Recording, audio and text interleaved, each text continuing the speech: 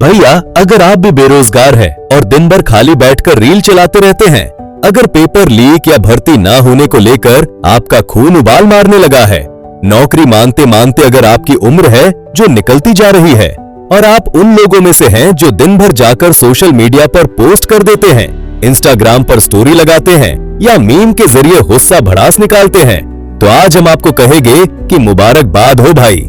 आप जैसे लोगों के लिए देश में एक नई पॉलिटिकल पार्टी आई है जिसका नाम है कॉकरोच जनता पार्टी। तो दोस्तों, अगर आप भी युवा पीढ़ी को सपोर्ट करना चाहते हैं और कॉकरोच जनता पार्टी को सपोर्ट करना चाहते हैं तो वीडियो लाइक करें और कमेंट में बताओ कि कॉकरोच जनता पार्टी की लीड किसके हाथों में है। आइए अभी हम देखते हैं कि आखिर क्या है ये कॉकरोच जनता पार्टी। भारत दुनिया का सबसे बड़ा लोकतंत्र है। यहाँ हर विचारधारा, हर वर्ग, हर समुदाय और हर मुद्दे की अपनी राजनीति है। कोई किसान राजनीति करता है, कोई युवा राजनीति, कोई धर्म की बात करता है तो कोई विकास की। लेकिन वर्ष 2026 में भारतीय राजनीति ने एक ऐसा मोड़ लिया जिसने पूरे देश को हंसने पर मजबूर भी किया और सोचने पर भी। ये मोड़ था कॉकरोच जनता पार्टी CJP का उदय। पहली नजर में ये नाम मजाक लगता है, लेकिन इंटरनेट की दुनिया में यही मजाक लाखों युवाओं की आवाज बन गया। सोशल मीडिया प्लेटफॉर्म X, पूर्व ट्विटर, इंस्टाग्राम और यूट्यूब पर अचानक कॉकरोच जनता पार्टी ट्रेंड करने लगी। कुछ ही दिनों में इसके लाखों फॉलोअर्स हो गए। लोगों ने इसे केवल मीम नहीं माना, बल्कि एक ऐसे प्रतीक के रूप में देखा जो बेरोजगारी, महंगाई, सिस्टम से निराशा और राजनीतिक उपेक्षा का प्रतिनिधित्व करता है। कॉकरोच यानी वह जीव जो हर परिस्थिति में जिंदा रहता है, चाहे कितनी भी मुश्किलें क्यों ना हो, वो खत्म नहीं होता। यही प्रतीक युवा पीढ़ी को अपने जैसा लगा। इस पूरे घटनाक्रम की शुरुआत एक विवादित बयान से हुई। देश के मुख्य न्यायाधीश न्यायमूर्ति सूर्यकांत के एक बयान ने सोशल मीडिया पर तूफान ला दिया। बेरोजगार युवाओं की तुलना कॉकरोच और पैरासाइट यानी परजीवी से की गई।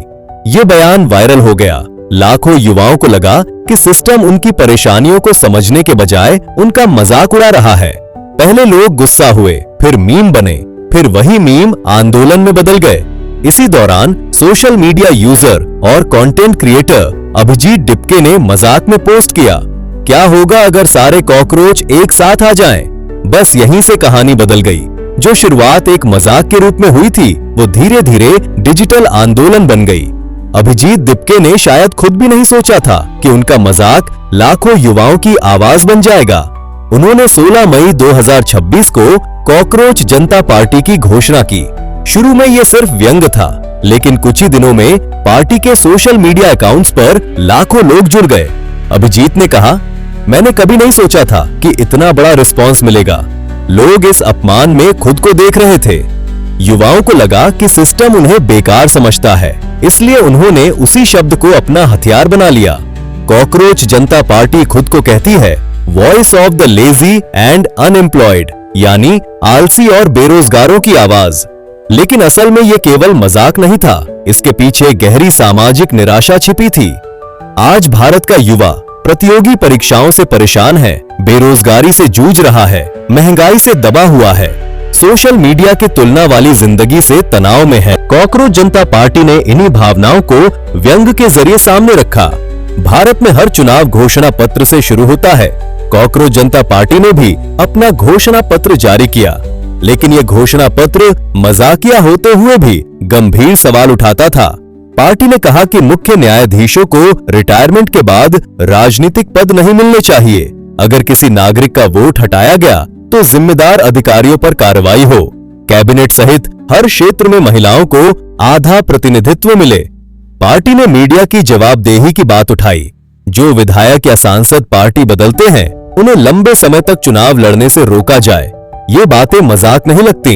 यही कारण था कि लोगों ने इसे गंभीरता से लेना शुरू कर दिया। कॉकरोच जनता पार्टी का सबसे बड़ा हथियार था मीम संस्कृति।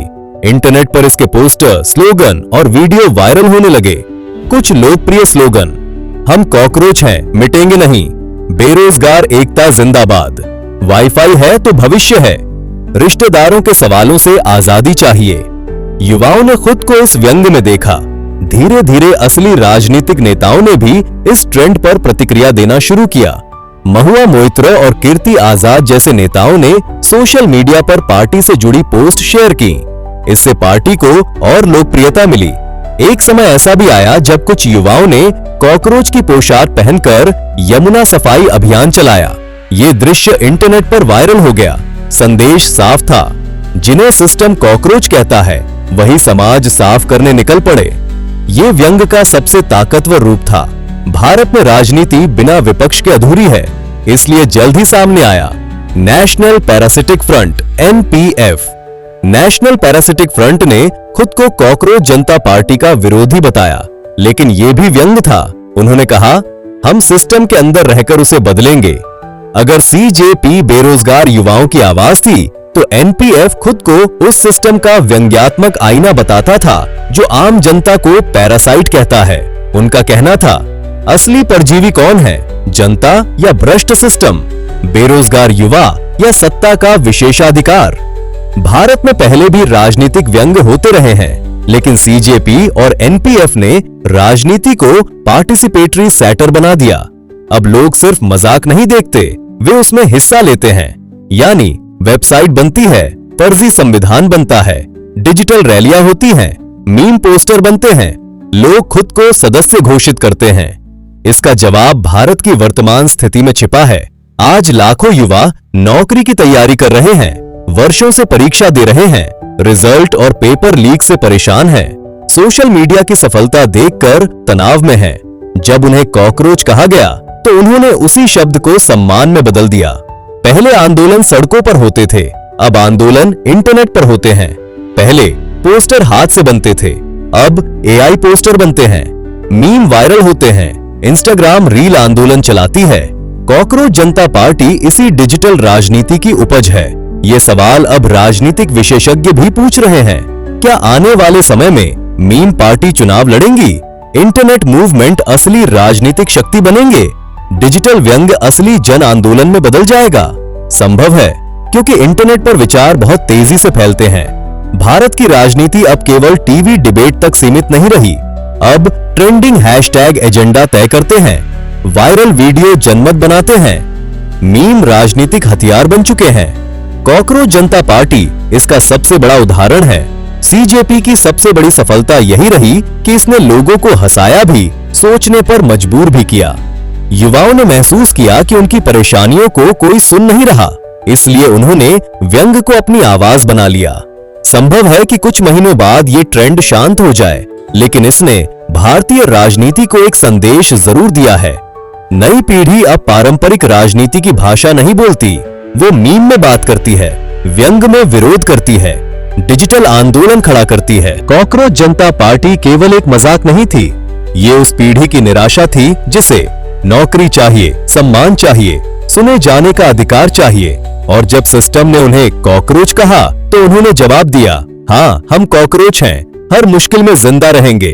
भारत की राजनीति में शायद पहली बार ऐसा हुआ जब एक मीम ने आंदोलन का रूप लिया, और यही इस कहानी को ऐतिहासिक बनाता है।